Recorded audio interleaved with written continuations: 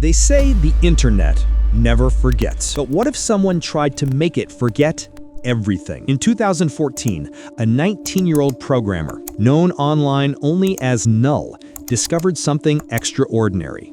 Buried deep inside a backbone router's firmware was a flaw so catastrophic it could trigger what cybersecurity researchers call a global cascade.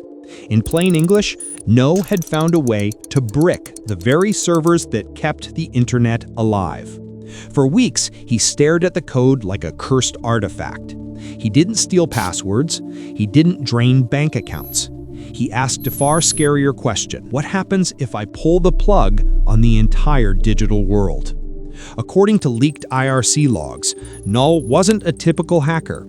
He was quiet, brilliant, almost philosophical. He talked about humanity's dependence on the machine, about how we built a second Earth out of fiber optics and silicon, and he wondered if anyone had the right to turn it all off. Security experts later said what Null found was real, a vulnerability that, if triggered simultaneously across a few key data centers, could have taken down DNS root servers worldwide. It wouldn't have been permanent, but it might have made the internet vanish for days, maybe weeks, enough time to cause chaos, grounded planes, failed hospital systems, frozen stock markets. Modern civilization runs on this invisible network, and Null held its beating heart in the palm of his hand.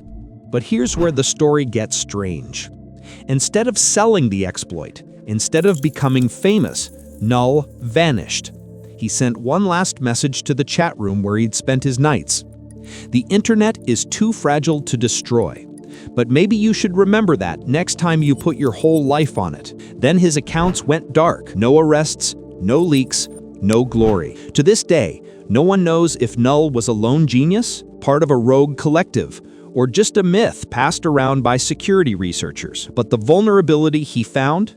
It was quietly patched a month later, with no public disclosure. Maybe that's the scariest part of all, because if one teenager could almost delete the internet, who says it can't happen again?